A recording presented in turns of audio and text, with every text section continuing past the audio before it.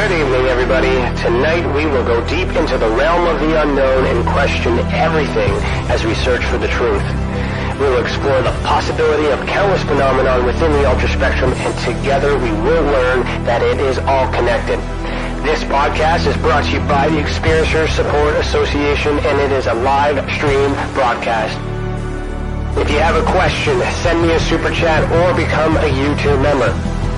This podcast is brought to you by the Experiencer Support Association. Take a seat, relax, get ready, and welcome to Beyond the TinFoil Hat.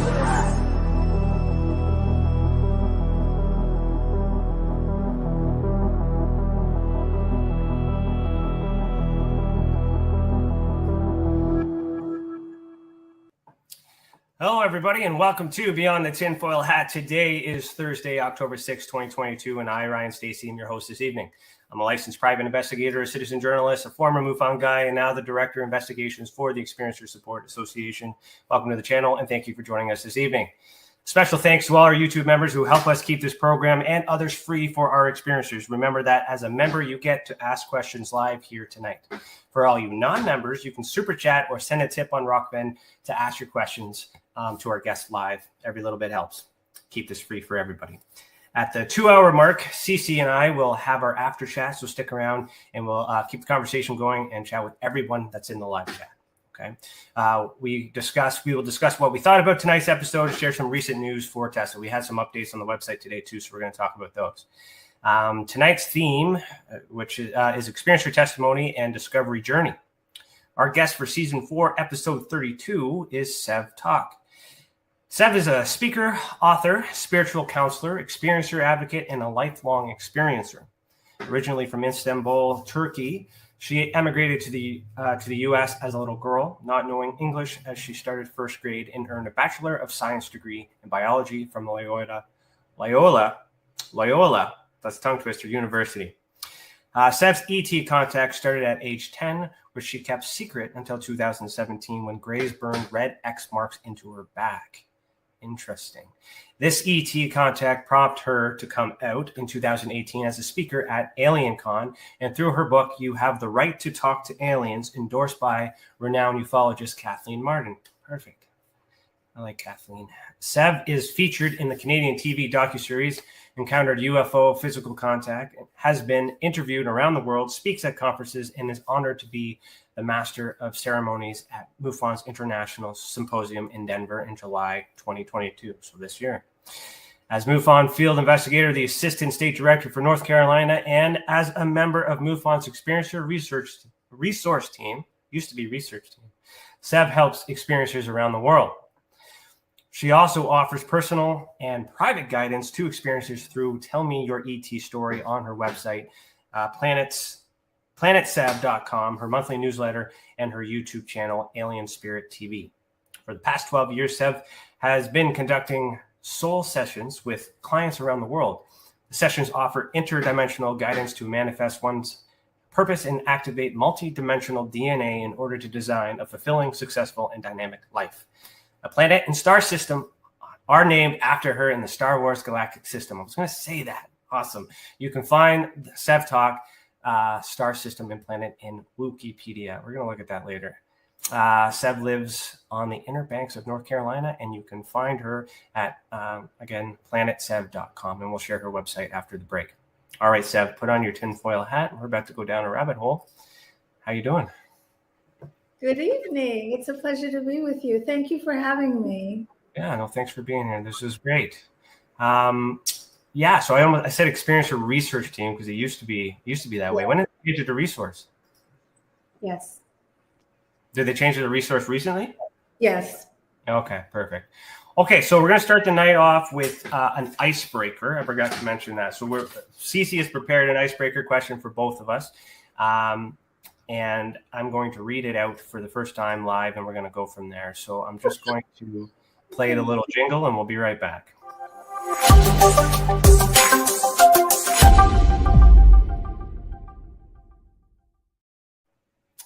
Okay, so her question is, name a movie or TV show character that best represents you and why? Oh, wow. Oh, well, I don't watch that much TV, and I don't watch that many movies. This is a hard one for me.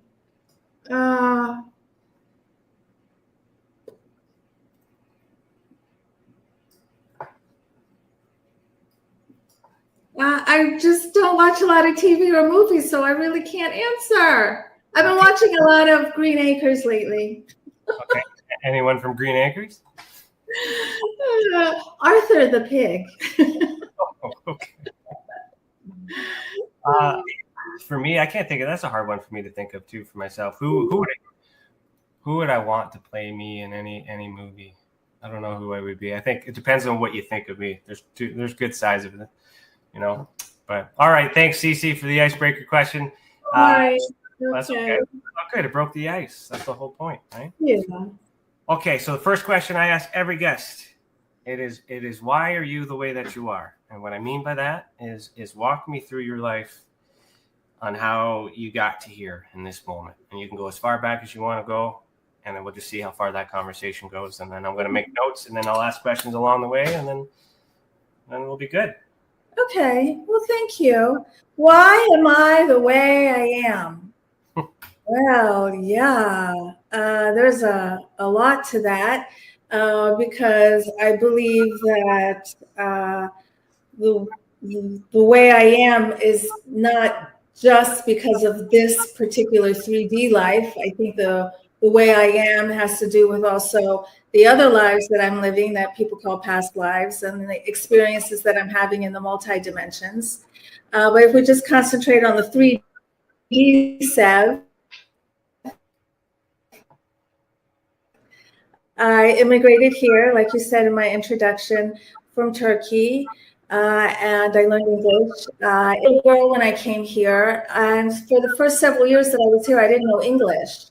So I believe that is when I started to strengthen my psychic abilities in order to understand what people were saying, or in order to read the room or just know what was going on. And then that continued my whole entire life, strengthening my psychic abilities and talking with ETs and other multidimensional beings. And I graduated from Loyola University with a Bachelor of Science in biology. The aim was to go to medical school, but I had an internship at University of Maryland Hospital, and I realized that's not what I wanted. So I ended up owning a few businesses, doing my own thing, working for some other people. I was never really fulfilled or happy. And that is because I was hiding a huge, very important part of my reality, and that's my ET contact. And when you hide something that's truthful about yourself, that manifests in a negative way in all areas of your life.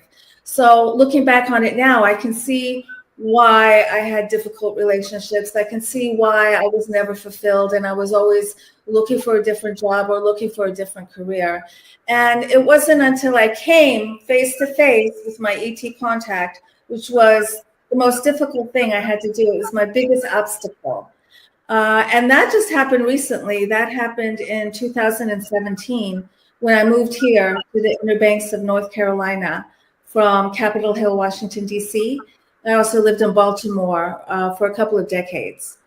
But as soon as I moved here, I made contact with the Greys, and they burned 2 red X marks into my back on my tush. And that sent me into something like an existential crisis. And I knew I had to deal with it. And so I needed help. I finally admitted that I needed help. I got the help that I needed. And then it opened up this huge new door in my life. And I started helping experiencers. And it's a joy to do so. I'm also a transformational coach. I help people discover and manifest their soul purpose. These are sessions, they're multidimensional, interdimensional sessions. Information comes through. It's something we can all do. It just takes practice. And what comes out are why you're here, your reason for being, and how you can manifest that, and your best career paths, and past lives, and mental blocks that we all have, and how you can identify them and then move around them or eliminate them.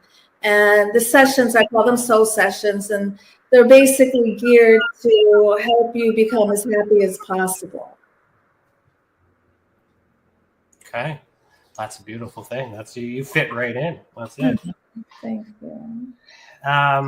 Okay, so I was just making notes as we go through. So you mentioned you got help. So I'm curious to know at that time in your life when you decided to ask for help, which is always challenging. It's really hard to know where to go, right? Yes, it is. And so how did you find the help? What help did you get when you finally decided? Yeah. A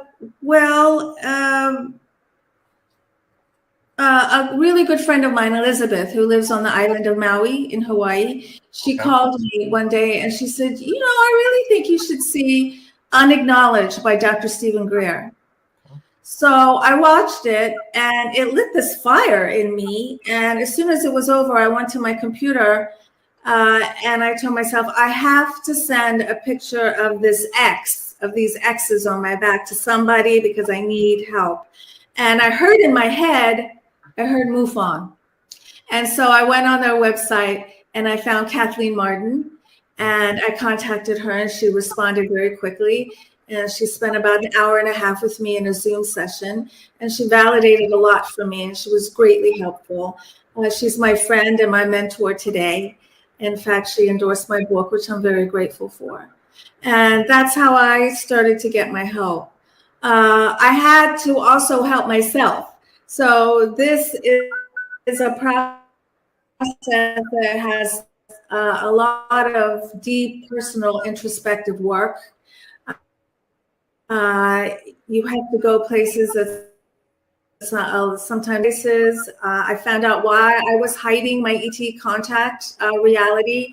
And as soon as I focused on it and faced it, poof, my whole life changed for the better. And it was really the best thing that ever happened to me, my ET contact. And the thing is, I changed my mind because at first when the first time I came in contact with the Greys, I've been in contact with them several times. They were not the first beings I remember coming in contact with. When I was 10, from 10 to 12, I came in contact with non-human or extraterrestrial beings that were not Greys. But then over the course of the years, a couple of decades later, I started coming in contact with the Greys and they scared me. And I thought they were evil.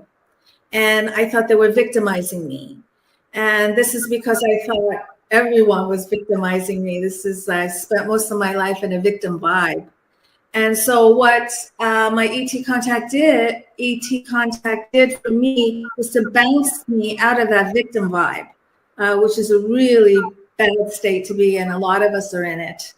And as soon as I was able to bounce out of that, then I could very clearly see where my fulfillment lied, what I wanted to do.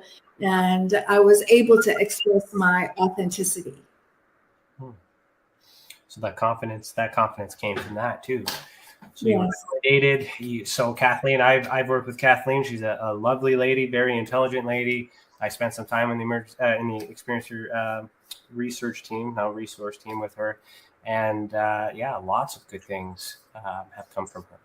I'm sad to hear that she stepped down from that, but she just retired for a little bit. But so the idea, though, so what I'm hearing and what I like and what I appreciate is the pain, I guess, or the darkness, I suppose, that existed prior to just coming out. So, if you will, and once you've done that, everything changed. Everything got better for you personally. You started changing the way you're thinking about things. You started understanding. You started learning. You started evolving, and now what you're doing is you're giving that back. Right? So you're providing support for experiencers. So how do you do that now? How are you giving that back? Yes. Well, I do that two ways. I do that through MUFON, and I also do it personally If you go to my website, planetsev.com, I'll tell you why I called it Planet Sev in a minute. If you go to my website, up there, True ET Stories, what does it say? ET Encounters? True ET. Yeah, ET Encounters. You can go in there and you can tell me about your experience. It's private and confidential, and I'll respond to you. And there's also a True ET Stories where I share some of the stories and some of the drawings and the pictures anonymously. I think it's very important for us to share. We don't have to come out in a global stage. We don't have to write a book, but it's very important that we share our stories so other experiences will know they're not the only ones that have had an experience like that. I agree with that wholeheartedly. Keeping it inside doesn't do any justice. And if someone is reading this, they can be like, hey, that happened to me too. And they get immediate validation. And then they might contact and say, hey, and give you more information and things like that too. Yes, and then that could help begin the process, the transformation. That's a very interesting picture right there. That is an experiencer who had an event with grays and those mantis beings. I personally have not seen the mantis beings. Many people have. They do often kind of travel around together. Have you seen them, Ryan? I've had some reports of the mantis and the grays separate, but not together. I've not seen them together before. So this is interesting to me. And you know what's interesting to me, actually, since we're looking at it, is the fact that some of them wear clothes. That was always like some are naked, but some are not. So, because there was questions on whether or not it was like a suit or an android. Like, there's a lot of theories out there of what these beings could be. But if they're wearing clothes, why do we wear clothes? Primarily because we're cold and we want to stay warm. So that would suggest to me that's not a machine. It must have feelings. Yes, that's a very interesting point. I have MILAB or MILAB experiences. I have conscious memories of MILAB, military abductions. And in one of my memories, I was in this room, and there was a room across from me. We were divided by a big glass window. And in the room across from me, this gray was brought in. And I was told, that is the original gray.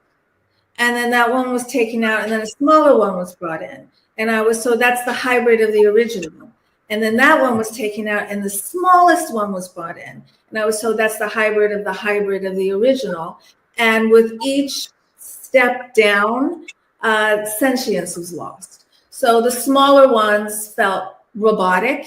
The original tall one had a sentience to it. Interesting, because when me trying to understand how everything's connected, all the theories should exist somehow being connected. So if some people are seeing different species or different versions of the same species, that would make sense as to why we can't come to a conclusion. But you've just basically explained how it all lines up. So if the original, so is that cloning? Are we cloning them, or are they? I don't know. If there is a cloning, who's doing the cloning? Because I have a lot of questions about cloning. I was shown a baby in a tube a few years ago. It was around 2012. And I have a picture of it. I think you have a picture that I drew of this baby in a tube. This is when I was living in Baltimore. And yes. Yeah. And I was in this dark room, and there was this tube in front of me with this baby floating in it, in this like a fluorescent liquid. And I could not understand why I was looking at this baby. I didn't feel anything for it. And its eye, I saw one eye, it was open. It was the bluest eye I have ever seen. And even though its leg was positioned so that I couldn't tell the sex. I felt that it was a boy. And then all of a sudden I felt like there was something behind me. So I turned around, and that's when I saw the grays, tall, medium, and short. And that's before I knew that grays even came in different sizes. And they said to me, "Oh, take your time. We're just going to stand back here. It's okay. Don't worry. Just take your time." And I didn't understand what I was taking my time for. I felt absolutely nothing for this baby. And then I popped out of it, and I found myself in my bedroom. And I never really talked about that until years later, when I was in Roswell, New Mexico, a few years ago. And I had an incident there with the grays. And I was reminded of this baby in a tube, and I was given information about the hybridization program. I've also seen in my MILAB experiences hybrid babies that are not healthy, they're not well, and my job was to heal them. And I was with human-looking individuals with lab coats. It resembled a doctor's office. All of my MILAB experiences were in these the kind of like military type rooms that were just really drab in color, sparsely furnished. If it wasn't medical personnel, then it was young men, well, in their 20s and 30s. They all pretty much look the same. And I never had a good MILAB experience. I've had neutral ones, and I've also had, I had a couple that weren't pleasant. You don't have to talk about those, but have you talked to someone about the ones that aren't pleasant? You've worked through those? I have recently started talking about them. Okay. Yes. There's still a lot of questions about MILAB. If you like talking about it, if you know a lot about it, I'd like to hear what you have to say about it, because I'm not quite sure who are those humans. Are they Americans? Is it some other different group? Is it the government? That's kind of interesting, because my approach is trying to understand how normal it sounds, how it would make more sense that there's human or government involvement than this extraterrestrial being in control and coming through and doing that. There has to be some sort of agreement or some sort of arrangement in order for us not to be so easily able to capture, see, and do this and all these other things. So there has to be some regulation there. But the one thing you said is that as soon as you came to America is when you had those experiences. So I thought maybe there was something to do with America with this abduction phenomenon, because it's the location that you happen to be in when this started from you, which is what you said. And if my lab is government, I would dial back to that event to kind of figure out if there's any connection to a government source or anything like that prior to you moving over, and things like that too. So, but what I understand with my labs is it's possible, it would make sense that the government has areas in which they can study consciousness. They can invade. They're practicing it. They're trying to use it. We have evidence that they've tried. We just don't have any evidence that they were successful. And if they were successful, did they cover it up? So it's possible. They knew it was possible where they got the information from. Otherwise, they wouldn't experiment with it. Fast forward 80 years, all that other stuff. Like it is definitely something that happens. Now, the challenge is when you go, and I call this place the ultra spectrum. So when we're connecting to this place in consciousness, this common place that we're all going, is that the same place? And are we connecting to what's here on Earth and all those other things? That's where it gets more complex. So the government may be involved with initiating the consciousness to get to said place, kind of like a Stranger Things scenario, but doesn't really have control of what's in the upside down, just to say with that idea.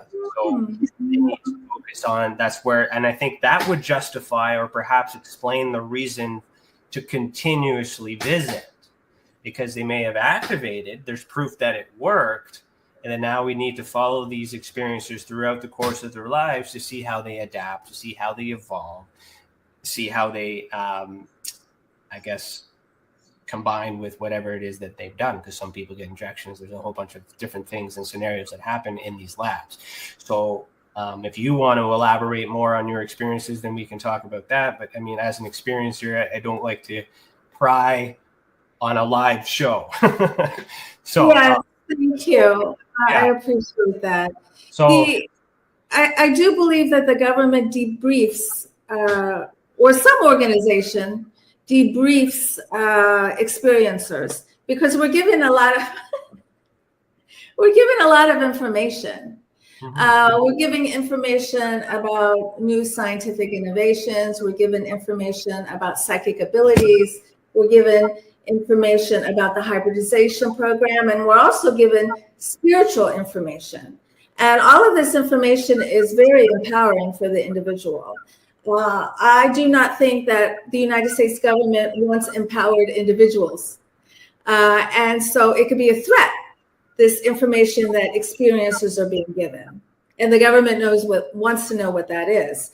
I have that MILAB experience I had that was very uncomfortable.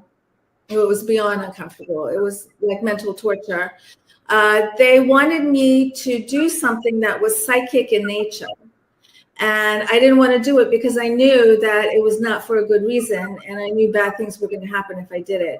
And I refused. And so there was mental torture.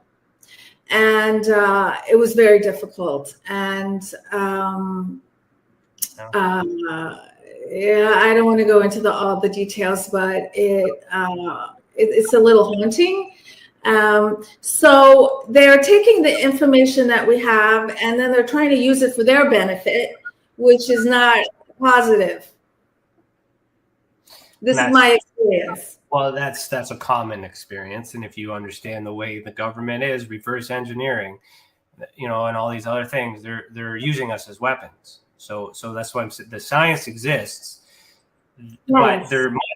but what I'm trying to do with my studies is trying to understand why I say, why are you the way that you are? All part of this is trying to understand if there might be some sort of common gene or trait or story that meets the criteria for them to do what it is that they do to make us the prime suspect or subject for the experiment. Because if it was something that we all could do, they would just do it to all of us at the same time. Or maybe they have, and then they're just at certain stages of our lives, we get activated or however you want to call it. And then you get studied later on in life. It could be one of those things. But have you ever given any consideration or thought as to why you were selected to partake in this experiment, whether it was intended to be harmful or not?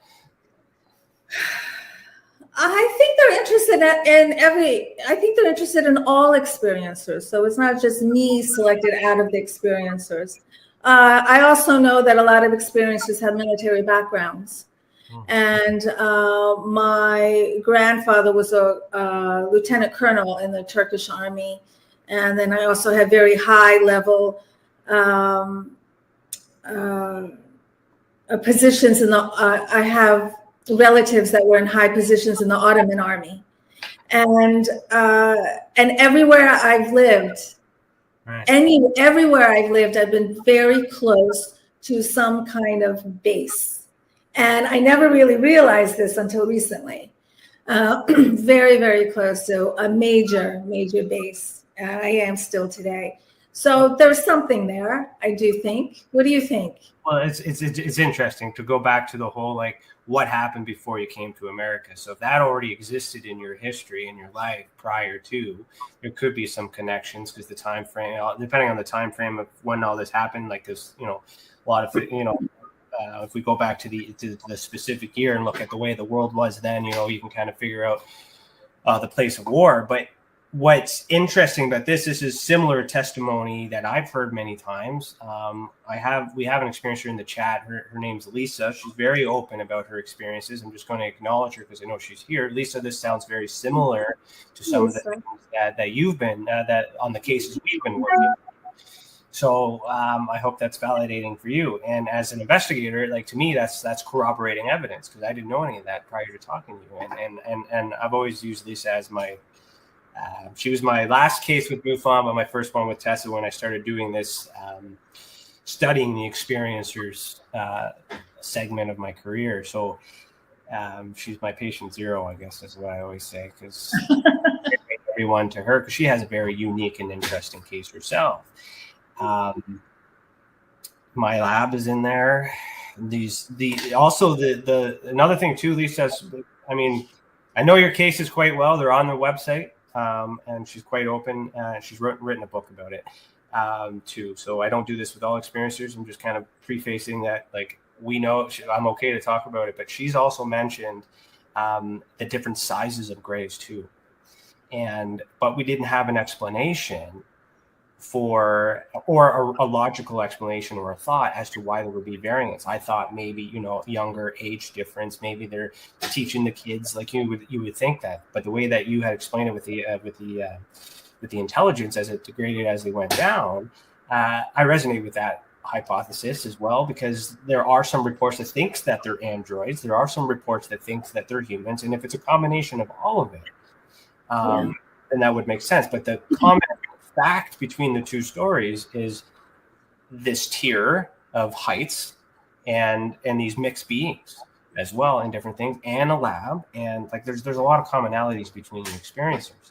So what's not only as important as you experiencers coming out and sharing it is connecting other experiencers with other experiencers, so you guys can learn more. Because if you're being studied and she's being studied and other people are being studied, what are the chances of us finding someone who was in the same room or in the same lab that day?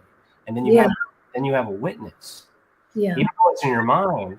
And that's what I'm trying to find. I'm trying to find, other people that have been in these places, put them all in the same room. Because you get a lot of people also report being on spaceships. And, and they see other people there. Have you ever been on any spaceship? Have you had any experiences like that? Yeah. Now we want to talk about those. Are you okay with that? It's okay. When I received the red X's on my back, I was in a room that I did not recognize. I don't know if that was a spaceship or not. I was lying on a table, and I was lying on my side, and this is conscious memory with the second X. Which came 9 days after my first X, which I chose to ignore. So that was on the left cheek of my tush. And my boyfriend at the time, we're no longer together, he was just as stunned as I was. And I told him, we're just going to forget about this. We're just going to forget that this ever happened, because that's what I had been doing my whole life. Every time I had a scoop mark or bruises or geometric shapes on me, or bright lights in the middle of the night in the hallway, or the beings in my room touching me, I would just told myself, just forget about it. I just filed it into the back of my brain. But this X made me go back there and take everything out from the back of my brain and bring it to the forefront. So even though this X was very scary and, like I said, caused me to have an existential crisis, it was really the best thing that's ever happened to me. The second X was just like that, this one, but that one was on, excuse me, my right cheek. And they were right across from each other. Huh. So with the second X, I had this conscious memory of lying on a table in this room that was hardly had any furniture in it, and very low light. And I felt like there was something, I was lying on my side, and I couldn't move my arms and I couldn't move my legs. So I felt paralyzed, and I felt there was something behind me, and I couldn't move my head. So I turned around, and standing right here, just inches from me, was a gray. Okay. And we locked eyes. I looked right in his eyes. And in my book, I describe it as looking into two pools of black oil. And I was scared to death. There was no telepathic communication in the past. There was always telepathic communication between me and the grays, but this time there was nothing, which scared me even more. So I turned my head back around, and ding, my eyes pop open, and I'm in my bedroom. And I decide to go downstairs because I'm very, very, very worried that there's another X on me. Because I'm thinking, if there's another X on me, I'm going to flip out. Like, I'm not going to be able to handle this. So I'm waiting for my then boyfriend to come downstairs. And he always got up before I did, but this time I got up first. And he came downstairs, and I told him my memory, and I told him that there was also something else I knew that I had never known before. And that is that when I was on that bed in that room, I was on the moon. It's just a knowing that I had. I had never had that knowing before. So I then asked him to check my tush, and there was another X. And that's what threw me for a loop. I was like, oh my gosh, they're really messing with me. They're toying with me. How dare they? Why are they doing this to me? Because, you know, back then I was like this big victim. And I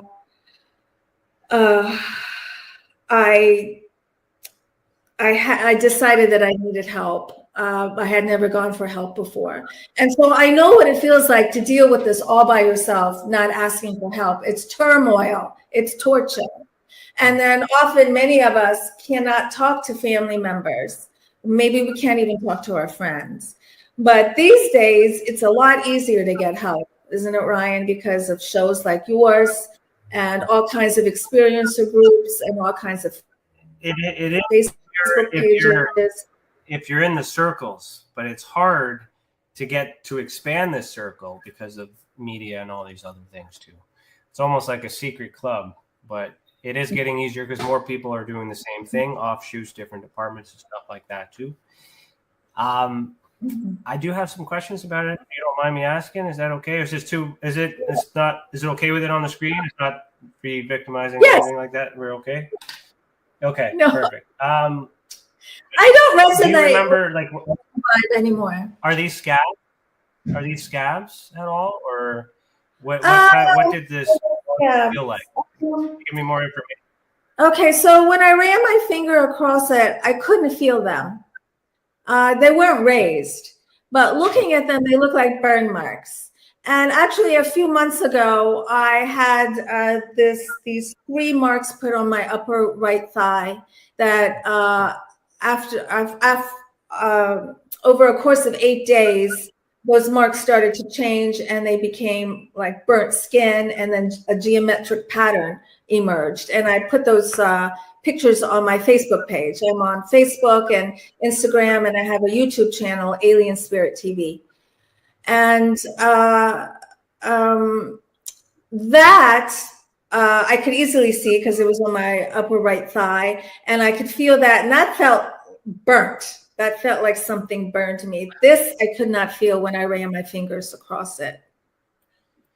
It's interesting. It reminds me like a biopsy. So a biopsy, but usually you take the sample with you, but you can also insert. And if they're checking for something specifically, then it's almost like a grid. So they start in one area, and then they're just taking a couple samples or injecting a couple things in certain areas to do something or to study something. So if you have these, just rolling off of this, if you had these marks on left side, right side, and there was a third place too, right? No, I didn't see a third place. Okay, so sorry. And this was an eye-awakening experience?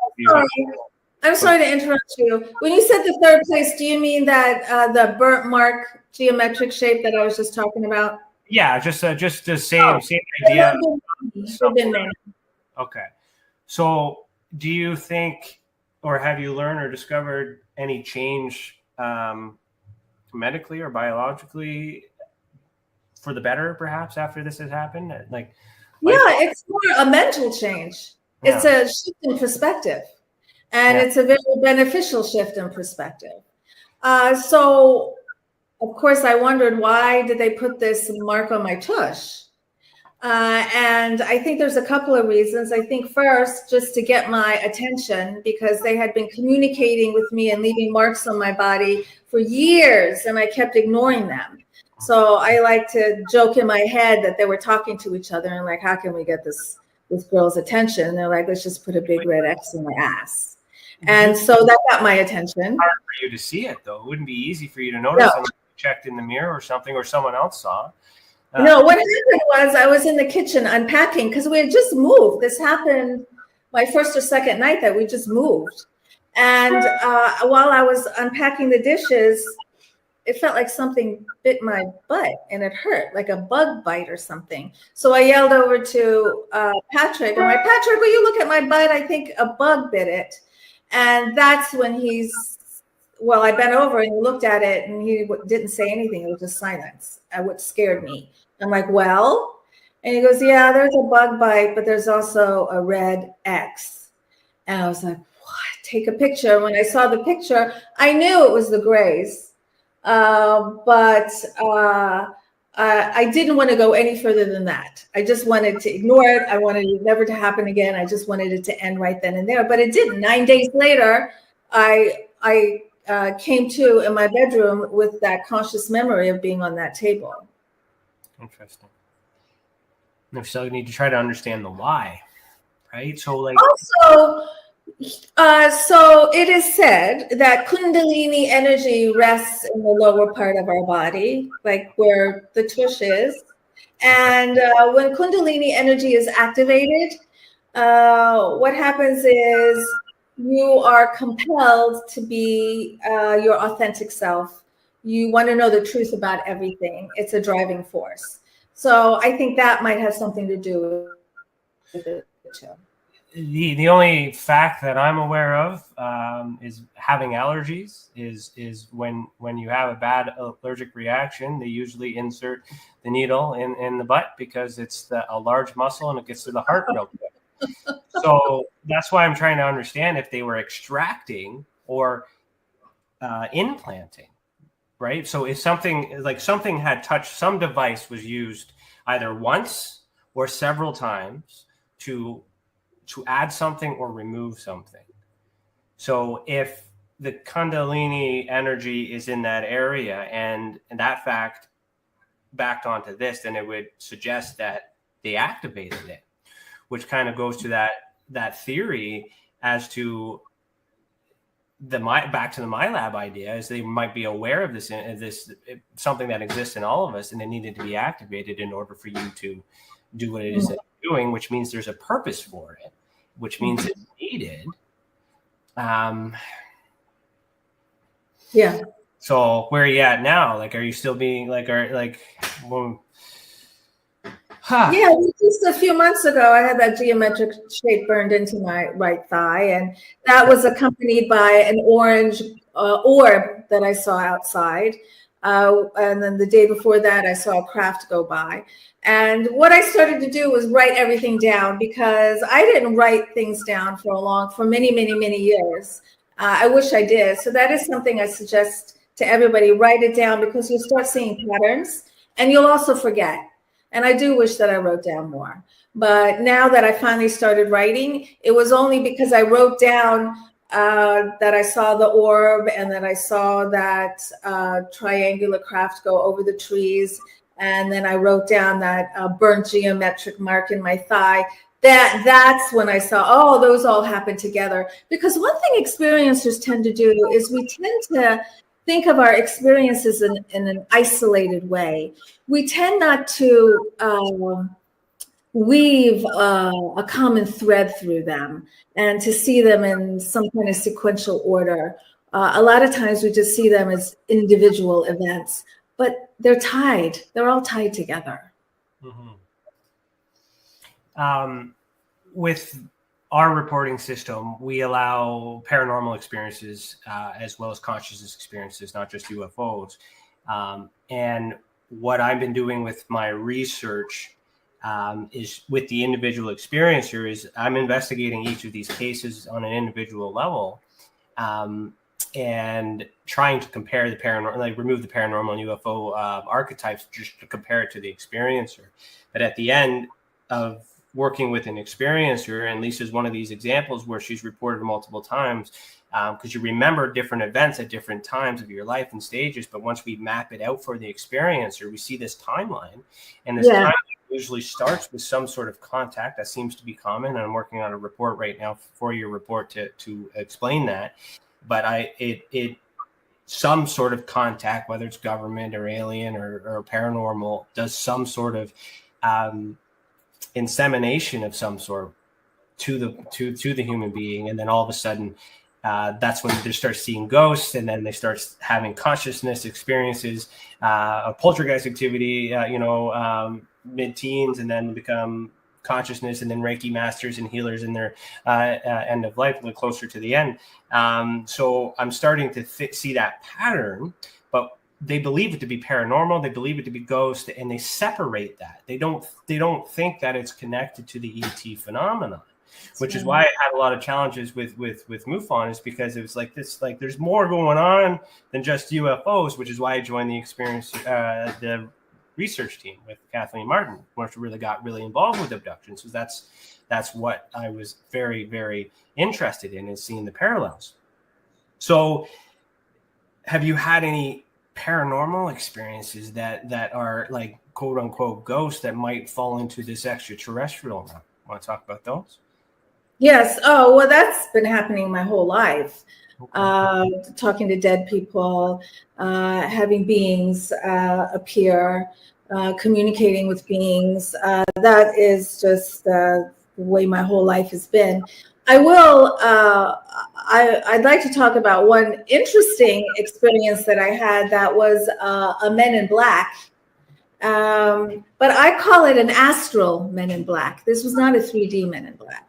So going back to what you were saying, Ryan, about the government experimenting with consciousness, what is this astral Men in Black that appeared at the foot of my bed? Was it by government? As the government advanced? We all know that they've been doing a lot of experimentation with the mind.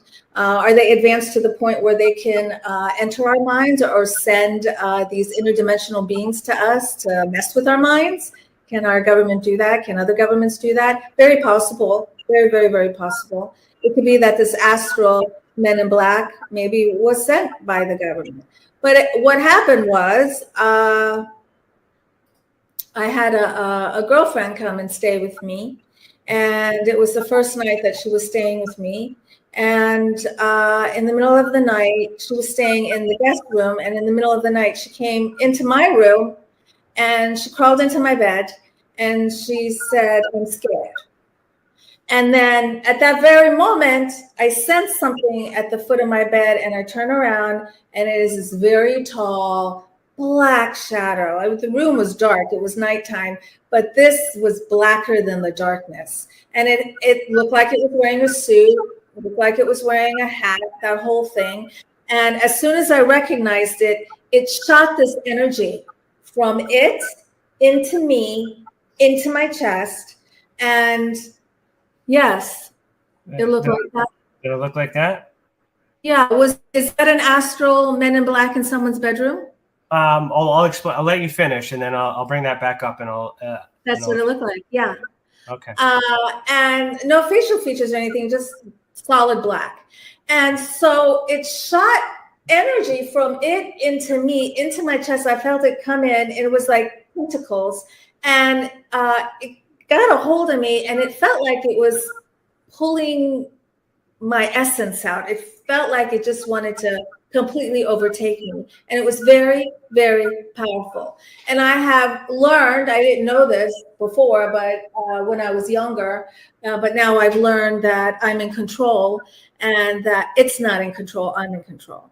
And so I said, no, you can't have a part of me. Whatever this is that you like put inside of me, you have to like retract it and take it back out. But it didn't want to. So there was like this energetic battle.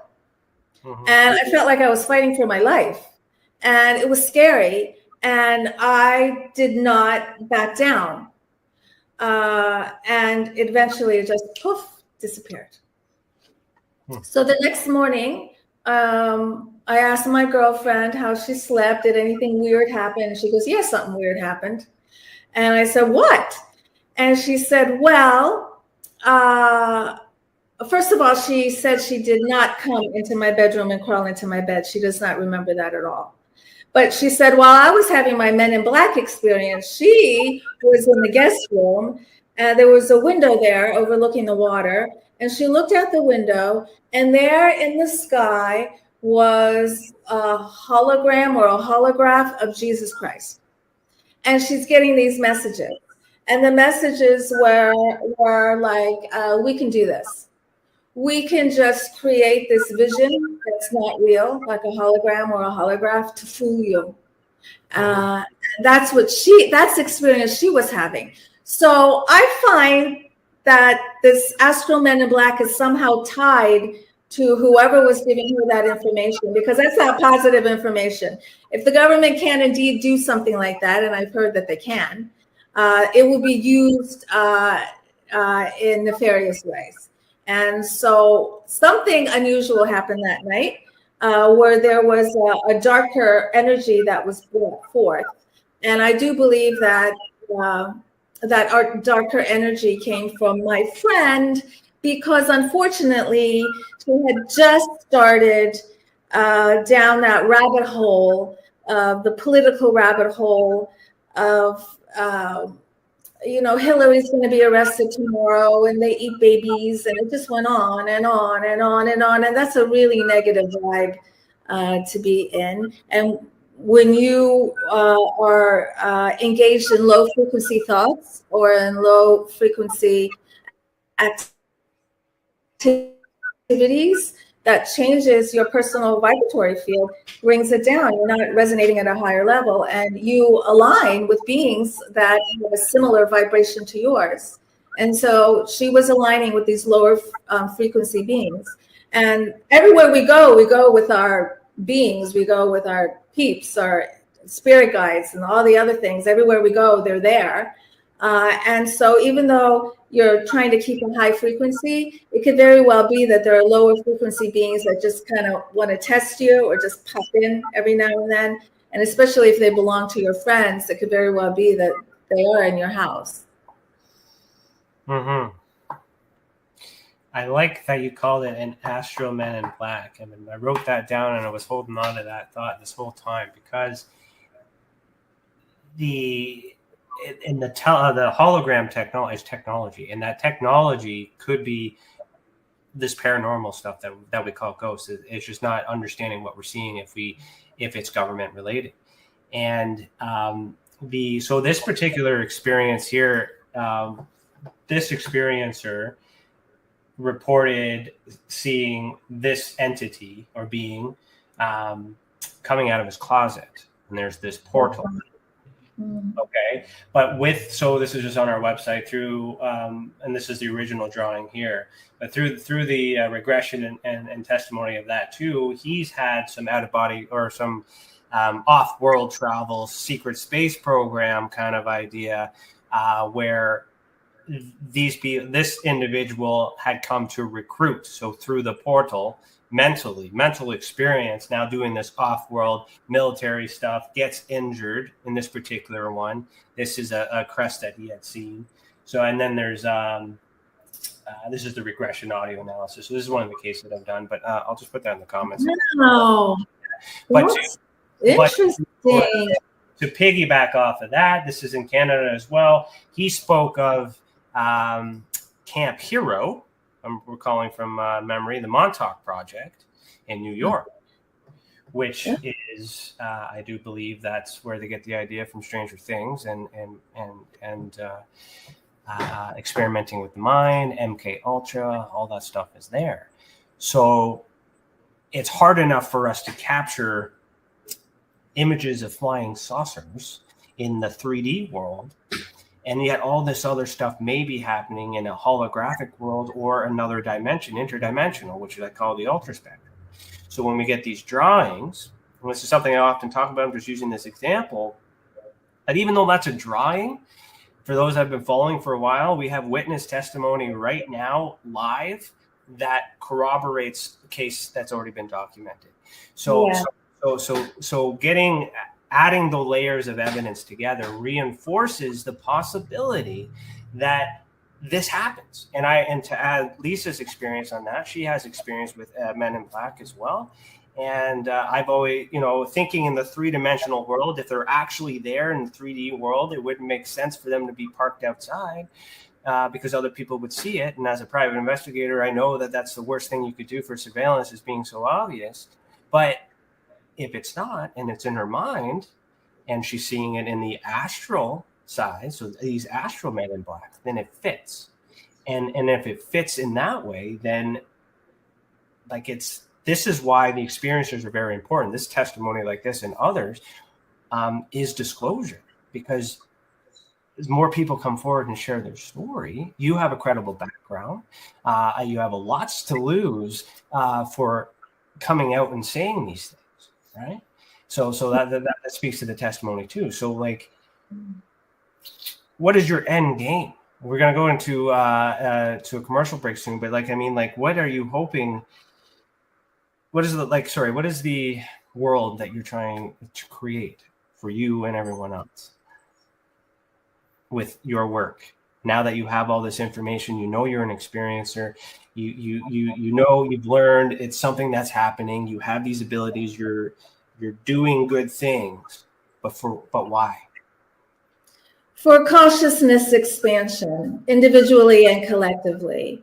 When we realize that there is more to us than just this, and that we are active in the multi-dimensions all the time, that really makes us realize that we're unlimited. We're not limited as many of us believe we are, and that we really have these innate powers of manifestation and the ability to find peace and fulfillment. But if you're living in this very restrictive version of Earth, just based on what others are telling you to believe, that's really when you don't feel unfulfilled, when you feel depressed, when you feel hopeless, when you feel limited. And so consciousness, the expansion of consciousness, is really going to help us all pop out of the various matrices that we're all stuck under, the matrices of struggle and the matrices of oppression.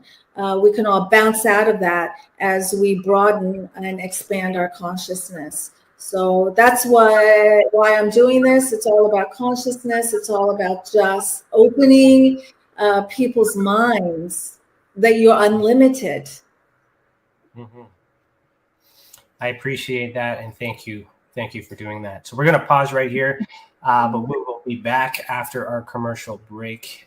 If you're listening to the audio-only version, head over to youtube.com/The Experiencer Support Association to see the video that goes with this audio. Remember, you are listening to Beyond the Tinfoil Hat, a podcast by the Experiencer Support Association, and we will be back in about 5 minutes. It's your business. It's your property. Your assets are worth protecting. Blacklight Investigative and Surveillance Services specializes in patrolling and inspecting residential or commercial property against fire, theft, vandalism, terrorism, and illegal activity. People and buildings are monitored to prevent crime. Keep your property, your people, and your assets safe from threat. Our elite staff are dual licensed private investigators and security guards. Blacklight Investigative and Surveillance Services. Go to blacklightiss.com.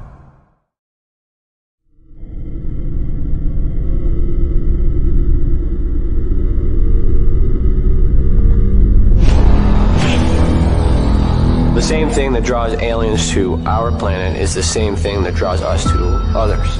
Exploration, curiosity, sustainability of life. That's why we go. It would make sense as to why they're visiting here. Travis! Quit playing around, man. Get back here. Travis! The last thing I remember was this numbing shock. Stunning sort of a feeling. Very powerful. Get away from me! I was just out of my mind with fear, just screaming the whole time. It's been theorized that aliens prefer remote areas because they don't want to attract attention. Whatever it is that they're doing, they would want to do that in a less populated area. There are multiple accounts of the same thing from people from all over the world. People that do not know each other, do not live in the same cultures, and they're all looking up, they're all seeing things in the sky. So it would be naive of us to think that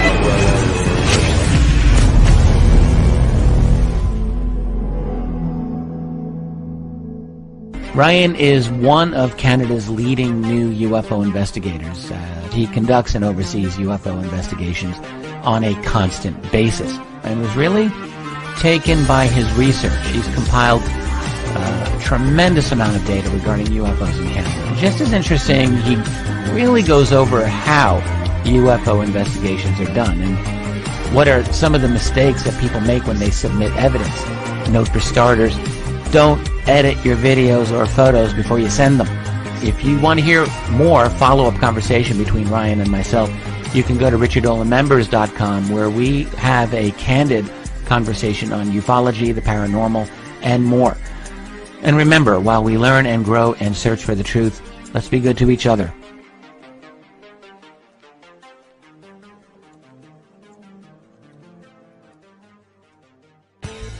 Welcome to the Observation Deck, a state-of-the-art, one-of-a-kind virtual platform that takes video conferencing to the next level by using avatars to navigate a campus, just like you would in real life. First, you install the application and design your very own unique avatar. Then you're free to explore the various areas of the campus at any time from anywhere. There's so many areas and activities to choose from on the platform. There's a 1,000-seat auditorium, a large expo hall, a movie theater, a nightclub, an art gallery, and even a beach. Come attend a conference, or take a class, or hear a lecture. Meet new friends and interact directly with presenters. It's all right here on the incredible Observation Deck campus. Where in the world will you go?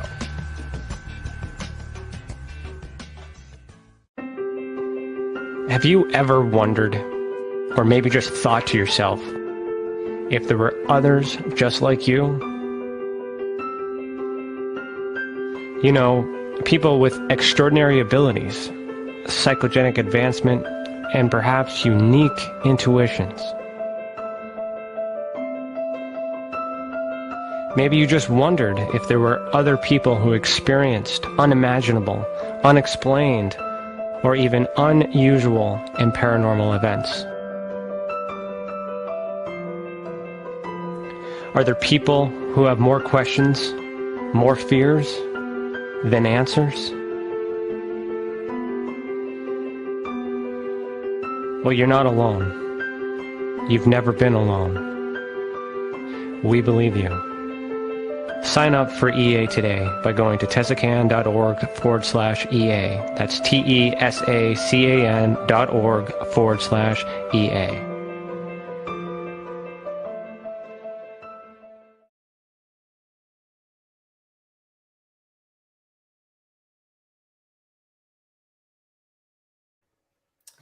Welcome back. You are listening to Beyond the Tinfoil Hat. Have you ever experienced an unexplained event involving the paranormal, UFOs, extraterrestrial, dogman, or any other paracryptid?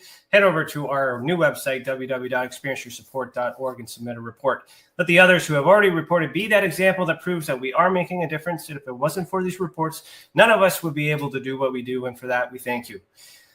If you're wondering where to get one of these cool hats, I got that from tinfoilcap.co from Rex from the Leak Project. So head over there and you can pick up one of these Marty McFly tinfoil hats. All right. So, the question, I wrote down my question before we went into break because I kind of wanted to piggyback into this talk because we're doing theoreticals. So if government is involved and they have the ability to alter consciousness or create enhanced consciousness, is the end game, what do you think the end game is for them? Are they trying to activate more of us to do good, or are they trying to activate more of us to do bad? And in your circumstances, you were one of the people that said no, and are fighting back. Mm-hmm. Well, from my experience, I do not feel that they want to use us for anything positive. So I don't remember what psychic thing they wanted me to do. It was with my mind. So because they wanted me to do something with my mind, it just makes me wonder really what their capabilities are. Did they want me to teach them how to do it, or did they actually want me to do it? I'm not quite sure. But we know that they've been doing this kind of research for a long time into the mind and astral projection and teleportation and all that. Many countries on the planet have been doing this. Psycho warfare, I think they call it. Yeah. And so it is a very, very effective way to read an adversary's mind, to find where hostages are, or to find where military. So remote viewing is used for that quite a lot. And that's as normal as you can get with this consciousness. Remote viewing doesn't come off as this paranormal consciousness vibe, but a lot of people do talk about that in the technical side because it's human. And so humans are using their mind. It's commonly known, and they're remotely piloting drones and stuff like that. But yet they don't talk about paranormal. They don't talk about consciousness. They don't talk about mediumship, psychics and all that other stuff. Yet it's the same thing. It's a human being using their mind to go somewhere else in space and time. Mm-hmm. So and that's the scary thing, because trying to understand the motive. So understanding the beast. So if the government is aware of it, the government is trying to do it so they can control it. They do that with everything. Every single government wants to have power and control of everything. And we're not working together to advance humanity. We're trying to survive where we are, so that when the end happens, we survive and we become the new the new species and whatnot. So in order for this to work, is there another layer of intervention behind the humans and the governments? Like, is there any thoughts around who's controlling them? Or is that the end of the line? Oh, who knows? Who knows whether it's a human ultimate controller, or maybe some other multi-dimensional entity or group, or even just a consciousness. Through my work with my clients, it's very clear that life is just a mind game. Everything is just a mind game. That's what life is, all up here. And of course, our government is going to want to rule that. I don't trust our government when it comes to anything.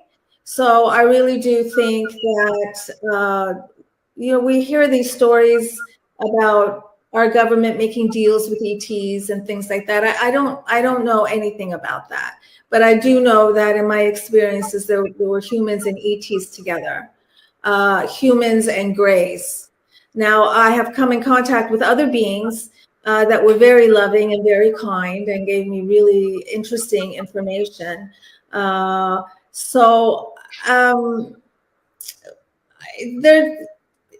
a whole world out there. I mean, there's so many dimensions, and there's so many different entities and beings. It's unlimited. Have you ever wondered? Sorry. That's okay. It's unlimited, so it's really hard to just really actually come up with some kind of logical explanation for any of this. I can just talk about my personal experiences, and because there've been quite a few. But I know that human beings, are communicating with a variety of different beings.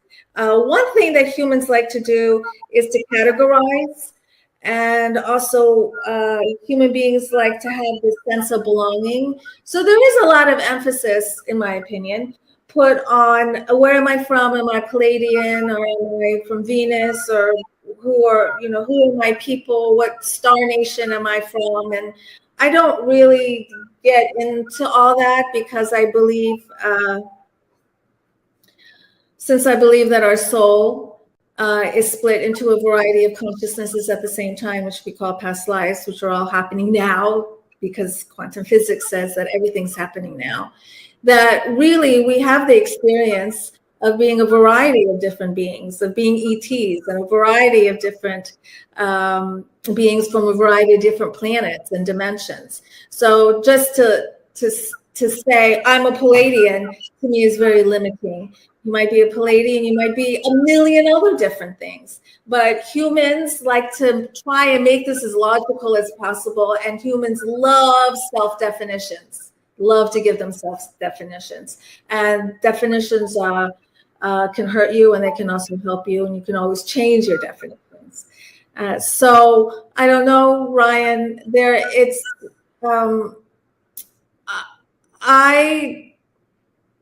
I don't trust any work that's being done.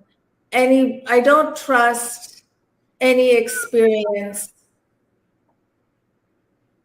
that I have with ET if there is a human involved. And what I mean by that is I worry that there is an ulterior motive that is negative. Yeah, and I appreciate that. And it's trying to understand how it's possible, because if you can figure out if it's possible, then it feels more true to being accurate to the reality of things. But it's also not true because it's still theory, unless you're an experiencer and you have these answers. So the thing that has always concerned me with the ability to reach us is, if they're extraterrestrial and they are gods, or they're from other places, they have the power to connect with us at any time in any way. They don't need the government. So either the idea of the government trying to do it or figure it out, there could be some small attempts, but they're not successful, or they are successful and this is the result of it. But the good beings that kind of come in the middle of everything have to be coming from somewhere else. And when you mentioned the Palladians, under the understanding and the research suggesting, based on their own testimony, that they come from that particular star system, but yet they're also called Nordics, so from the north, and they could be native to that area because we are, and things like that. They could also be humans that are there. And if you look into Norse mythology, all that stuff, the gnomes and dwarfs and all that stuff, and Jotun, yeah, with the trolls, the blue trolls, and all that other stuff. So there's a lot of parallels with mythology that keeps it here on Earth. Yes. 7 realms, 9 realms, or whatever you want to look at. And you can thank Assassin's Creed Valhalla for that. That's where I'm learning all this history from that video game. But so these, what do you think about that? So maybe these beings do exist on Earth. They're hiding. Yes. And they are using the same ability that the government's aware of, that's trying to reverse engineer and use. But at the same time, is it possible that they're trying to awaken us so that way we could defend against whatever it is they're trying to do, or to balance it? Again, how would that go? I do believe there's a variety of beings on this planet. Some we can see with our 3D eyes, and some we see with our 3D plus eyes, as I call it. A few years ago, I was sitting in my living room, and these 2 beings just came in the middle of the day, and they were very tall, and I call them the blues because they were predominantly blue, They also had silvery colors, and every now and then there'd just be this flash of a spring green, like right here. And they were tall, maybe 7 or 8 feet tall. And you couldn't draw them. I couldn't draw them if I wanted to, because they were just nothing but just constant undulating light, like kaleidoscopes. They were like this. It was so beautiful. And they were very, very loving. And the feeling I got from them, it was love that was even more intense than a mother's love. It was a love that I had never experienced before. And then they started communicating with me telepathically, and they gave me information about Tesla and Tchaikovsky and Disney. And they said that these men were in communication with otherworldly beings, and that Tesla and Disney did meet. And that when you listen to Tchaikovsky music, and it just turns out that Tchaikovsky, before I found this out, is my favorite composer. And of course, we all love Disney and we all love Tesla. So these are 3 men that were very close to my heart my whole life. And they told me when you listen to Tchaikovsky music, that actually activates DNA within you, raising your frequency and helping you align with your divine purpose. And a lot of classical music does that, but especially Tchaikovsky's. And one of Disney's most famous movies was Fantasia, which was filled with Tchaikovsky music. I was thinking of that when you made that connection. Fantasia is probably an activator. It's probably a DNA activator. I love that movie. Why? So Disney knew what he was doing. He just didn't say it out loud. Yeah, like Disney. Yeah, well, Disney's got his ties in a lot of things. He's also was friends with Brown there from NASA or whatever prior to creating that like Disney Studios and all these other things. So like he did a lot more in this realm than just creating cartoons. So like I do. That's strange. That's a very strange connection. You know what else he did, which is really so beautiful. Classical music's when I always get my messages or my thought, my best ideas come from me listening to. There you go. Do a random playlist. I should check to see if Tchaikovsky's music is on that playlist. That'd be interesting to know because there are some songs that I do like, but that resonated with me. I got goosebumps from that. That's interesting. Oh, good. Yes. So then that's an example of man knowing the same idea but using the mediums to enhance. So we always have good and bad in this world. We're going to have, with great power comes great responsibility. So is there going to be a point where one takes over than the other, or is it always going to be this fight? Are we always going to have this balance? Do we need balance, or should it be all good? Or should it, obviously we don't want it to be all bad. But that relies on us and what we focus on. Right now, I can only speak for Americans because it's the population that I'm the most comfortable with and have the most experience with. But Americans love murder. They love to watch people get murdered. And they love to read about murder. It's warped. To me, it's so bizarre and strange. And that is such a negative energy. And we're just surrounded by these blankets of negative energy. The most popular movies and books and all that kind of stuff is about murder. And so as long as a society, we resonate with this low frequency, we're not going to be all good, as you were saying. It's really up to us, and by expanding our awareness and our consciousness to pop out of the lower frequencies up into the higher frequencies. And that's going to mean a change in what we focus on. Right now, we're all about fear. That's it. Americans are all about fear. That has to change. That also has to change in order for there to be a mass landing. And so we have to work on ourselves. Mm-hmm. And being a Canadian, I'm also raised on American television, though. So we don't get a lot of Canadian stuff. that's been broadcast on our television. Everything usually is American stuff, and that's the same things that we watch, and we happen to like some of those things too, but it's what's available. So there must be, but so maybe we dive into that. Why do you think those type of people are fascinated with that? Is it that they like people getting hurt, or are they angry with themselves and there's validation because that it's a me too, that's a scenario that happened to me, and they got what they deserve, so it's a justice thing? Like, is it what if that's the reason why they're trying to draw in this negative energy? There should be some purpose other than entertaining, because murder should not be entertaining. I know.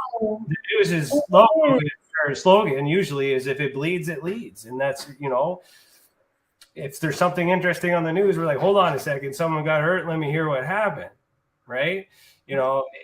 We have that interest. And why do you think that is? Because we're to blame for that. Well, yeah, it's definitely our doing. I just go back to energy. Everything I talk about is all about energy, the energy that you radiate, which is created by your mind. And so if you're resonating with a lower frequency, which is what victimization does, if you think you're a victim, if you think that everything is happening to you, that you have no control, and that you're kind of like a ball in a what do you call those games? Pinball games? No, what do you call them? Are they pinball games? The paddles and the ball going around? Yeah. If that's how you see yourself as that ball, and all people are going to decide for you which direction you're going to go, that is a victimization vibe. That's a really low, dense, low vibe. And as long as we're resonating with that, then we're going to be attracted to everything that is of lower frequency. And that has to do with control, ego, all of that, taking away our freedoms. And the same thing's starting to happen in paranormal television too, because they're doing more shows about experiencer testimony, but they're the dark and they're the violent ones and they're the scary ones and things like that too. And yet we're drawn to that, because I think the association is crime. Because in the experiencer side, if we go back to the ifs, and these are true, the government is using technology without your consent. They are experimenting on your body without consent. They are visiting your mind without consent. They are visiting your house without consent. Those are illegal. Those are crimes against humanity.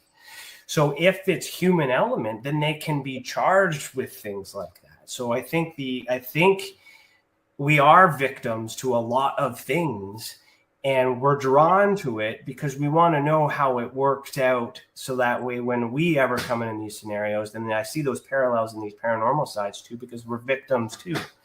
Because if it's intrusion, it's trespassing, it's harmful. In some cases, sexual assault. Like, it is not a good thing. So. Mm-hmm. Let's come back to the support element. So that this is establishing the need. And now that you're one of these individuals out in the world that's spreading your light and you're helping individuals, is there anything on your website that you want to share specifically, or you want to talk about your book? I'd be willing to talk about lots of different things. I would like to say something about what we were just talking about, how perspective is really important. Perspective, just like on Earth, our perspective determines our attitudes and our opinions about things. And so that is the case when we're traveling through the dimensions. Our perspective matters. So, for instance, I changed my perspective when it came to the grays through deep introspection. And often, experiencers do change their perspective. They change from, oh, I thought they were harming me, to, oh, I now see that they were helping me. And maybe that message they gave me, I misinterpreted because I was vibrating in a lower frequency. I just couldn't align with a higher frequency message. So there's that. Also, I wonder, do the ETs change the way they look? like earlier, we're talking about why do some ETs wear clothes and some don't?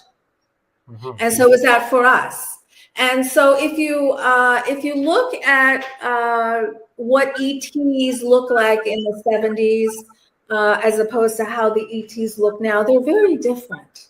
And people who drew pictures of their encounters in the 70s, the beings were, some of them kind of looked like spacemen. They were kind of clunky. They were really, some of them were weird looking. We don't even see drawings like that by experiences these days. So what's that about? Did those ETs just disappear and they don't visit us anymore? Or are they altering how they look so that we can accept them? Are they altering to how our movies and our TV say they should look? Something's going on there, I think. So what's interesting, you just remind me of an old MUFON case that I did. This experiencer reported being led and followed by a cat. It was a black cat, but she explained specifically that the cat stood on its two legs, but it was a cat, and it always followed her because she loved cats. Okay, and it was comfortable for her. And then there's spaceships and all these other things. But then I asked her to draw it, and when she drew it, it didn't look like a cat. It looked like a shadow figure. And then I started thinking paranormal. And then that's where it really kind of opened up for me to think the parallel is connection. They're interpreting it differently. They think it looks like a cat, but it's not a cat. It's just a black figure.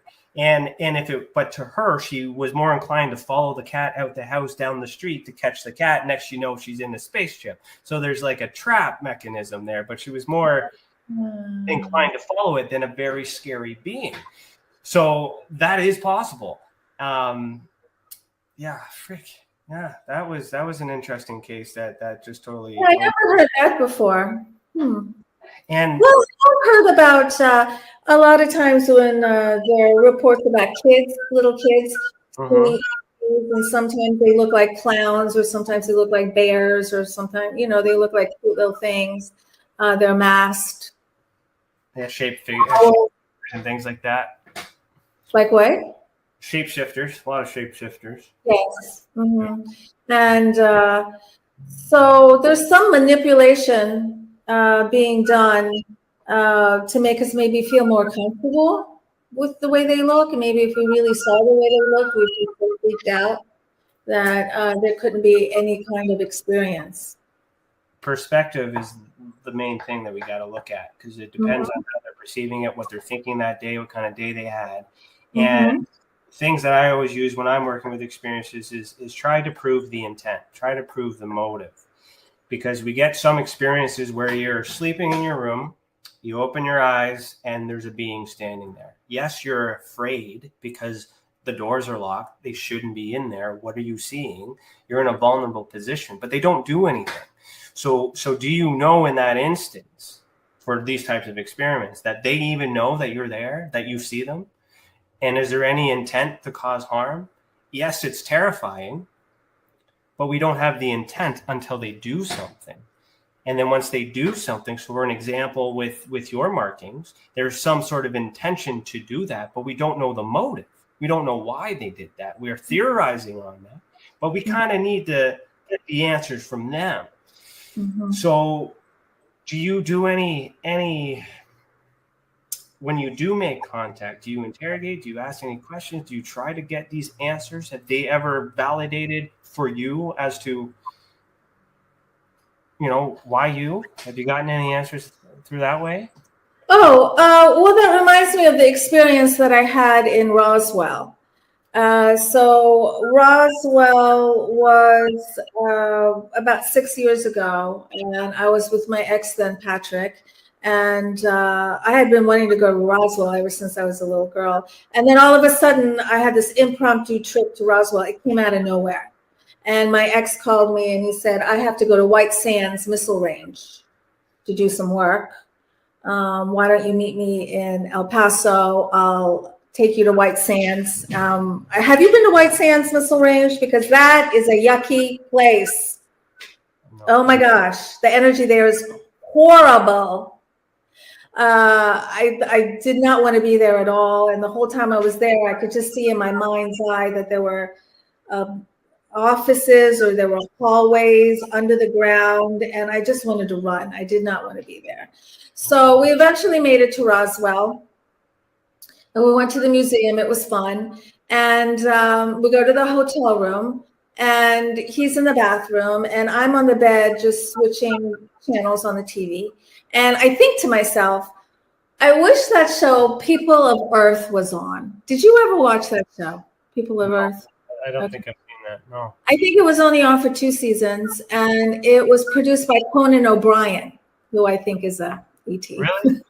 Yeah, and it was a funny take. You think he's Canadian, is he not, Conan? Is Conan Canadian? I'm not sure. He's definitely a hybrid.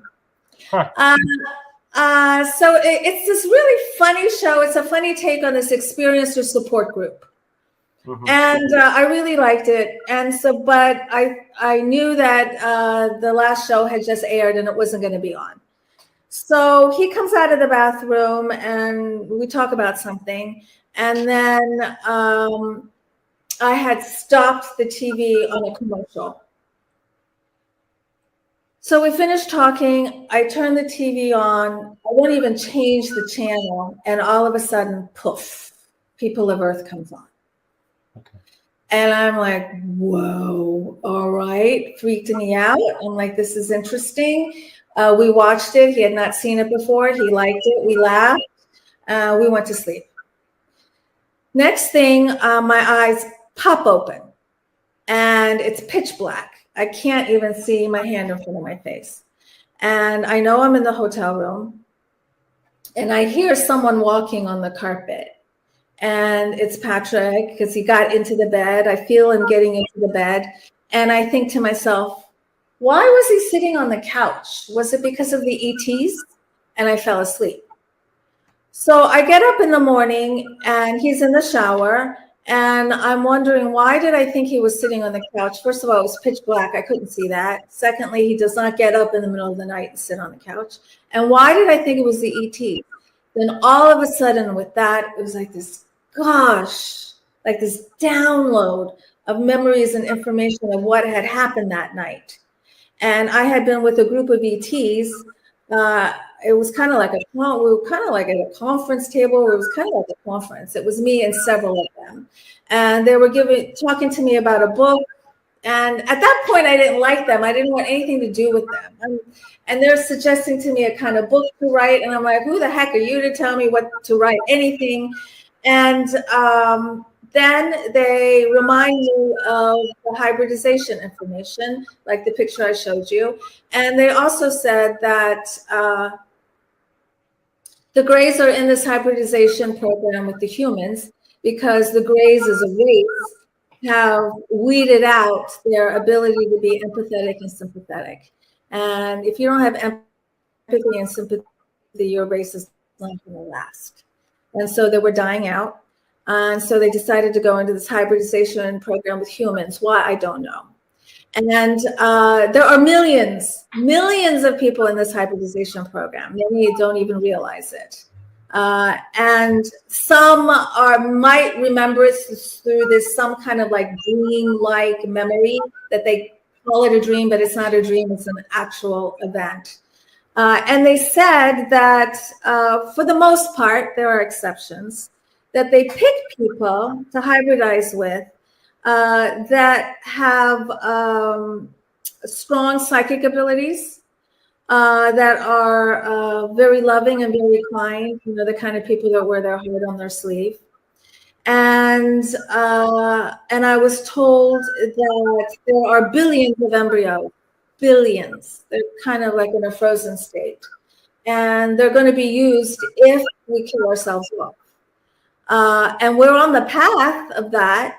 It's not too late. We can still turn around, but we are headed in that direction, but that's not our ultimate destiny. But if that happens, then these very loving, very kind, consciously aware, strong psychic ability embryos will be brought to this planet, and this planet will be reseeded with those beings. See, now that's more in line in that experiment idea, because that suggests that we have a purpose. There is a purpose. And if we do kill ourselves off, then they can reset, which validates the purpose of the being. So now that we're kind of getting, now you're getting That's a good point. religion and faith and all that other stuff too. But I mean, this is no close to, like, they talk about aliens in the Bible. So, like, I mean, it's pretty. Oh yeah, the Vatican knows. The Vatican is open about it too. So, what are your thoughts on this disclosure movement, where it is being American and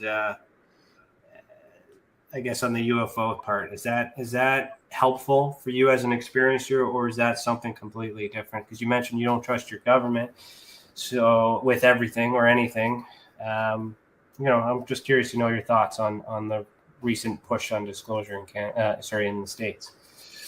Oh, okay. So we had that congressional hearing a few months ago.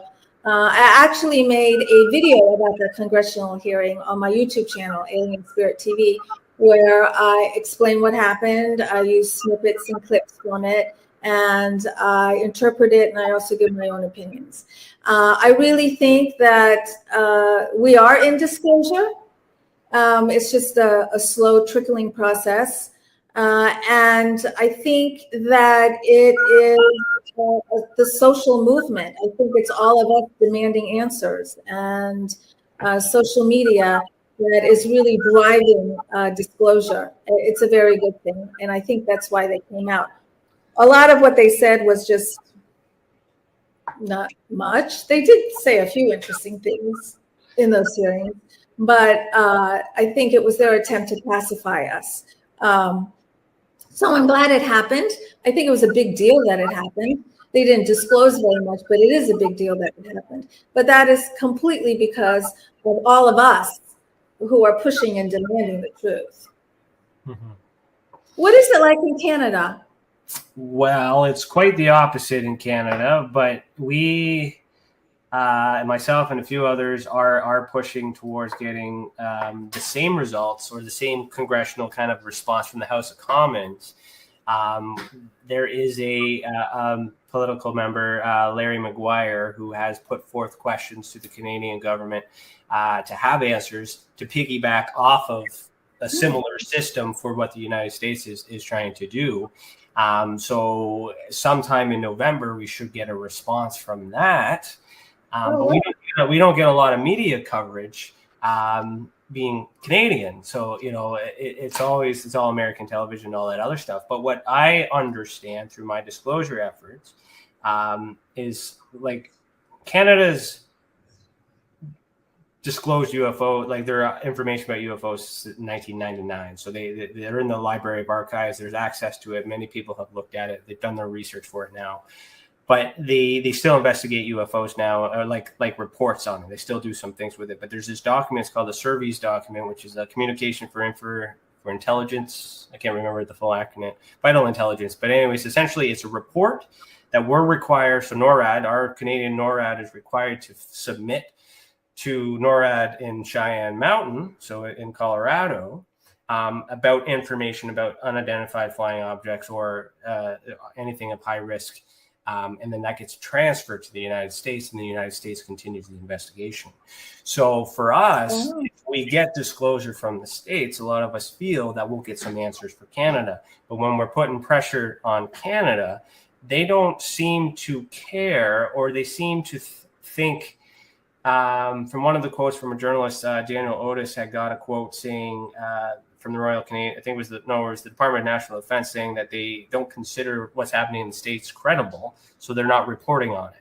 So there's an opinion, different countries, of course, in histories, but the fact is that both countries were together during the Cold War, and all these other things. We both reversed engineered technology. We had Project Matchbook, is the equivalent to Project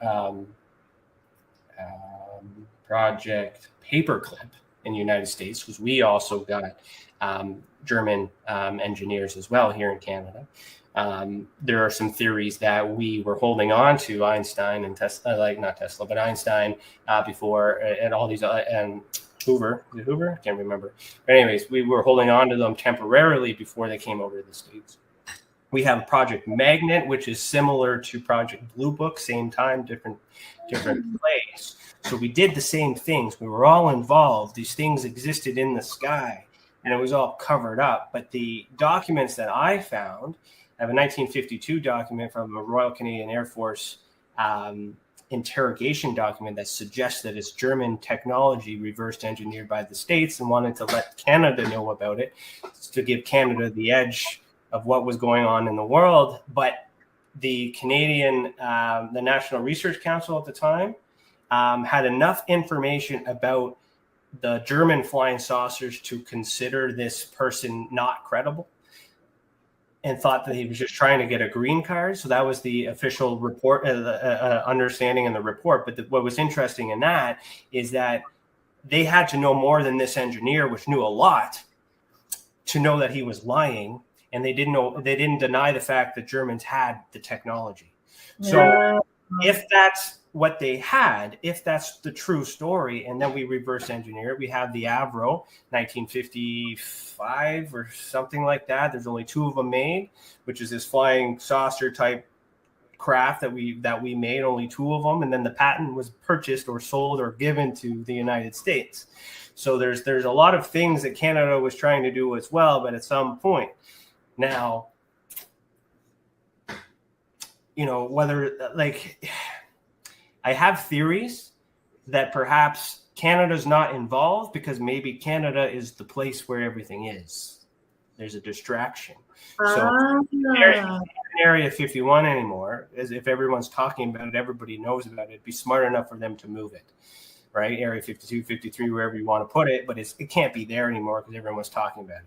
But if it's somewhere else where they're not looking, because we borrow stuff from the States all the time. When we, I'm a former serviceman myself, and we use United States equipment before we use Canadian stuff.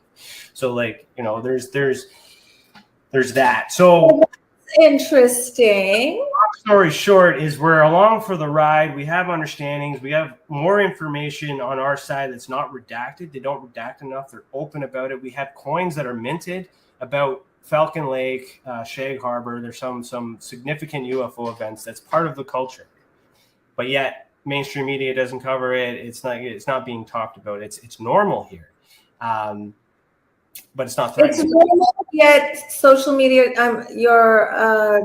It's normal, yet your media does not talk about it. Correct. It's not, there's no threat being seen by it. So the conversation that's being had in the American government is perceiving these objects as being a threat, which is why we have answers, which is a valid threat, because if you don't know what it is, you should know what it is to determine whether or not it's a threat. So I understand the need to do that. But for some reason, the Canadian government, based on what's already been reported, doesn't believe it to be a threat. So they must know something, and it's a different opinion. Wow. What about the Canadian citizens? Pretty much, do Canadian citizens believe? Oh yeah, there's a lot of support here in Canada, like belief and stuff too. There's a lot of experiences here. We're no different. We have UFOs too. We have aliens too. We have it all, and it's just. Americans got control of the television is all. But if America tells the truth, then we all get the truth. And there's a lot going into that. Yeah. So if we come back to America saying, because they have opportunity now. You mentioned that they're pacifying us. And I believe that is what's happening. We put a lot of pressure over these years. We got to say something. And you know what? If we say something and then neutralize it, it goes away because we've done something. We now investigate UFOs. We now have it regulated in our system. We've done everything you asked. Here's the report. And a report says this. That is the moment where we're going to realize that report's either going to say, yes, we've done the research as you've asked and we agree with you, or we've done the research that we've asked and we've explained it all away and there's nothing to worry about. Let's move on and continue. Because what has happened is information was leaked. There was a data breach, which is another criminal activity, and they have to work, regardless of how that came out, they have to do some damage report to prevent that information from coming out again, because it could have been trade secrets that could put anything. Something got leaked out. Depending on what it is, that protocol needs to change so that way all our countries can be protected. So I'm waiting to see what they actually do with the report, because that will tell. And with Canada already has a response and a scapegoat to say what they're already doing, because they've already openly expressed what they're doing with the information, which is sending it to Transport Canada, Navigation Canada, and they report whatever they need to do, and we transfer it to the States. So it's more than likely going to get sent back to the States, who has control of the narrative. Now, there's a lot that goes into a yes. So if we come back to the abduction phenomenon, I wouldn't say phenomenon because it's not a phenomenon to you, it's real. So the abduction experience, if they say UFOs exist, unidentified flying objects, does that mean aliens exist? Or is that just something else different? Because if they say yes to one thing, they're saying yes to everything. Ghosts exist, Bigfoot exists, all of it has to exist. So do you think, with your current thought with your government, what's more likely? Are they going to admit it, or are they going to say it doesn't exist because they have to explain all these other things as well? I think it'll be a long time before they admit it, a really long time. And they need to pacify us out. They need to stop it so that way they have control of it. And there's another department with money on it, so the problem goes away. And you're going to get people reporting to a government agency who, as we might think through this conversation, is controlling this MyLab experiment project. We're going to create this environment where experiencers who do trust the government might willingly provide information and details about their experiences that they're having, putting themselves on the map, putting themselves on the radar, so that way they can continue and do whatever it is they're doing. So that is just as comforting for some, but also threatening to others who don't trust the government already. Yeah. It's not a good thing, bad thing, but it has to happen so we can move forward. Yeah, right? That was good. Kind of went on a little rant there, but no, that was good. And you actually reminded me of another MyLab experience I had, where I was in this office-like room under the ground, because I remember seeing stairs going up, and I'm standing in front of this poster, and on this poster or a chart is the path of a flying saucer. And there's all these mathematical equations and things on it. And there's a man standing next to me as we're looking at this chart or this poster, and he asks me, when does the spaceship achieve K point? And then with that, I don't remember anything. That's the last thing I remember. And Grant Cameron, who is in Canada, who I'm very fond of, he's interviewed me a couple times, and I think he's wonderful. I had told him about that, and he sent me this article about a woman who had an experience, who was abducted. I really don't care for that word. And the ETs gave her information about the K point. Oh, wow. So then I think, well, here's a government man asking me to know what the K point is. Even though I have a biology degree, a science degree, I don't remember studying the K point. And I did look it up. It is a legitimate thing. I still don't completely understand what it is. I know that in ski jumping, they talk about a K point. Like, I don't think I've heard that. Are we saying like the letter K point? Yeah. Yes. I'm just gonna make a note for later to look into that. Oh, yeah, that's new to me. So what is the K point then? I don't even remember. It was kind of complicated. It's physics, mathematical formula that has to do, if they talk about it in ski jumping, or that sport where they jump off of a platform and they're in the air. So K stand for kinetic, like kinetic energy? Maybe. I don't remember. I don't know. I don't remember. It's been a while since I looked into it. So it has something to do with some kind of state of equilibrium or something when object is moving, maybe accelerating up, something to do with that. Or accelerating down, I don't know. Or decelerating, I don't know. Okay, we're almost done. This went by quite fast. I'm surprised. Great conversation. Let's talk about your book, because you do have one. I like the title. You have the right to talk to aliens. So tell me about this book, and yeah. Well, when I talked with Kathleen Marden, when I reached out to her for help, I had asked her, what am I supposed to do with all the information that the Greys have given me? Because I also see myself in my mind's eye on stage talking. And she said, Sev, I can't tell you what to do. That's something you have to figure out. So after our conversation, I just told myself, I don't know. I'm not going to force anything. I'll just let this organically happen. And then a couple months later, I woke up and I declared I'm writing a book. And it's just some of my experiences. It's also a little bit of my life to exemplify how kind of lost and unhappy I was because I was in such denial about my truth, and advising people to come out to yourself. You don't have to come out to everybody, but please come out to yourself and maybe one other person like me or you or somebody. And then just a couple weeks after the book debuted on Amazon, I was contacted by AlienCon. And they said, would you like to be a speaker? And it was in Baltimore, Maryland, where I had a lot of experiences in Baltimore, Maryland. So that was my coming out through the book and through AlienCon. It was then that I learned that I want to work with experiencers, because so many people came up to me and shared their stories. And they said, I've never told anyone this before, and now that's like music to my ears. Interesting. Where can they find the book? Is it on your website right here, book? It's on Amazon. It's on Amazon. I also have a planet and a star system named after me in the Star Wars galactic system.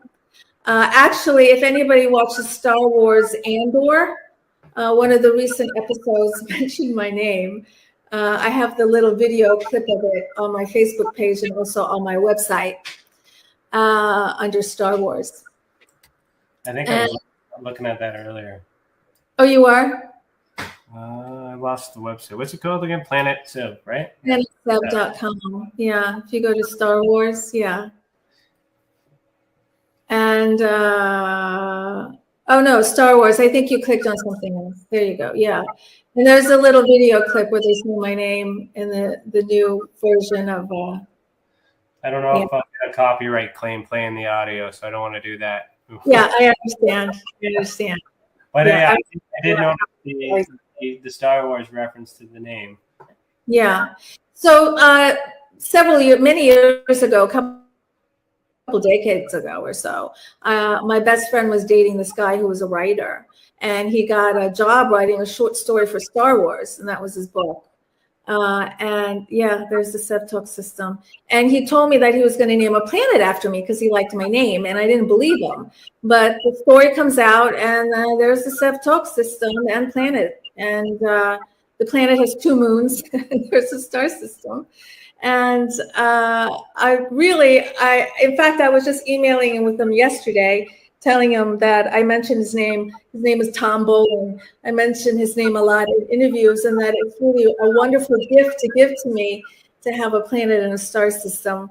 I can live forever in the Star Wars galaxies. That's nice. That's epic. That's like beyond the whole buy a star kind of scam that they got going on, right? Like that particular star is yours. I paid $10,000 for it. I love you. You know, but yeah, it's cultural though. Star Wars, why not? That's cool. That's cool. That is cool. Okay, well, parting notes, I guess. What do you want to leave with? You got a message? The floor is yours. You have an audience here.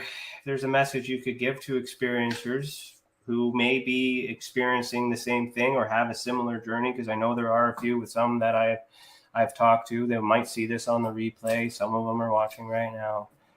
You got anything to say to them? Yeah, there's no benefit to hiding it.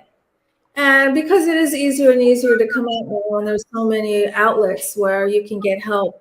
either contact me, contact Ryan, contact somebody, and just come out to somebody. And you're going to see your reality change because of it, because you're going to start aligning with your authenticity. And when you're living through your authenticity, that's when you become fulfilled, successful, healthier, happier, all of that. So it's no good to hide a truth about yourself. Not all of us have ET contact, but for those of us who do, that is a very important, profound truth that we have to admit. Mm-hmm. To add to that, to the experiencers, do your research, take your time when you reach out to these, and also use as many resources as you can, because there's many different perspectives, there's many different organizations, there's many different studies, right? You report to MUFON, get as much information as you can from MUFON, and if that answers the questions for you, then that's great. That's best for you, for your journey, and that's what you need. Report to us, and we'll do it our way, our method, based on our understanding of what's needed. But you can report to both. You can report to everything else and all these different types of groups, because for you as an experiencer, you know what you need. You know what you want, and you'll know when you find it. But there's not one system for one person, because we all have many different variables. Yeah. And once you figure out what works for you, in what ways it works, then you'll be able to refer properly too. So when you do your research as an individual, right? Because you said you need to come out to yourself, right? Mm-hmm. And then decide. And you should also report to many different agencies that you trust, so you can compare the results and compare the opinion of the investigators, because they're humans too, right? If I don't know what it is, that doesn't mean it's alien. It means that all my knowledge and research that I've done, I haven't come across something that I know, and I'm learning something new every day, which is why I have guests like you on the show, and I learned quite a lot. I got lots of notes of things that I'm going to be researching tonight. I'll be up all night. Thanks. But I mean, and that's the thing, is we learn from each other. You as an experiencer will learn from others. And so just for those of you who understand, MUFON and Tessa can be in the same room. This is an example. It's we all do. We're all trying to help the people understand and evolve and stop feeling negative. That's what I enjoyed with the experiencer research team with Kathleen, is the whole take home was to take that negative thought, repackage that, so that way the human being can move on. And I carried that example with me when I created the Experiencer Support Association to do more of that. Oh, that's good. So, it is needed. Thank you for what you're doing. Yeah, thank you.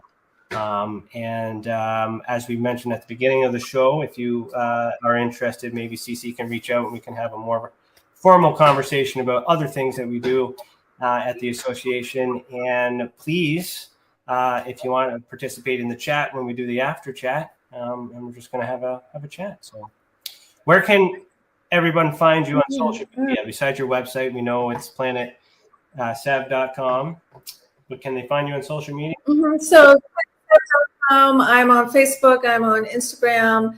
My YouTube channel is Alien Spirit TV. I have a newsletter, a monthly newsletter. You can sign up on my website. I say that I'm on Twitter there, but I haven't tweeted in a long time. It's not my favorite platform. Yeah, you're not missing anything. It's ugly out there. Twitter's an ugly place for experiencers. And also, I'm a transformational coach, just helping everyone just escape these negative habitual mind patterns that affect your life negatively, and just point you in the right direction, help you refocus and get your vibe high so you can manifest your purpose. If you don't know what your purpose is, I have full purpose sessions. I have spiritual DNA activation sessions, past life sessions, get rid of negative belief sessions. I have all kinds of sessions. Cool. Great. Thank you so much.